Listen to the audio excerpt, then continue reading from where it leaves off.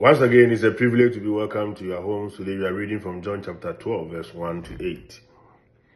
6 days before Passover, Jesus came to Bethany, where Lazarus was, whom Jesus had raised from the dead. They gave a dinner for him there, and Martha served, while Lazarus was one of those reclining at table with him. Mary took a liter of costly perfumed oil made from genuine aromatic nard, and anointed the feet of Jesus, and dried them with her hair. The house was filled with the fragrance of the oil.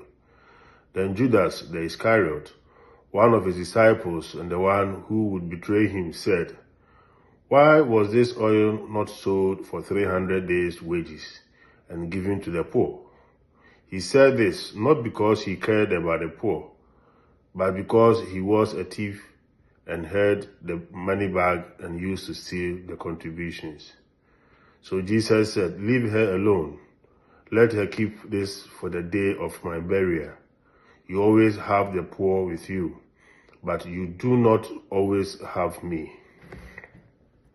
6 days before the feast of Passover, during which Jesus was crucified, he experienced great kindness. Not only is he the guest at the table of a family that he loves, one member of the family, Mary, went to great expense to render him a very thoughtful service.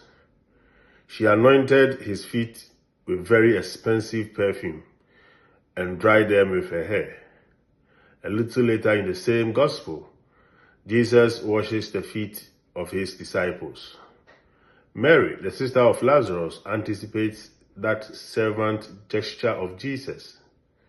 She gives herself to Jesus in a way that corresponds to how Jesus will give himself to his disciples and to all of us. Jesus interprets Mary's action as preparing him for his death and burial. At the beginning of the last week of his life, Jesus experienced great kindness for Mary of Bethany. Dear friends, what Mary did for Jesus, we are called to do for each other. On our own journey through life, we may meet people who make our journey more difficult. We will also experience people like Mary who support us on our journey.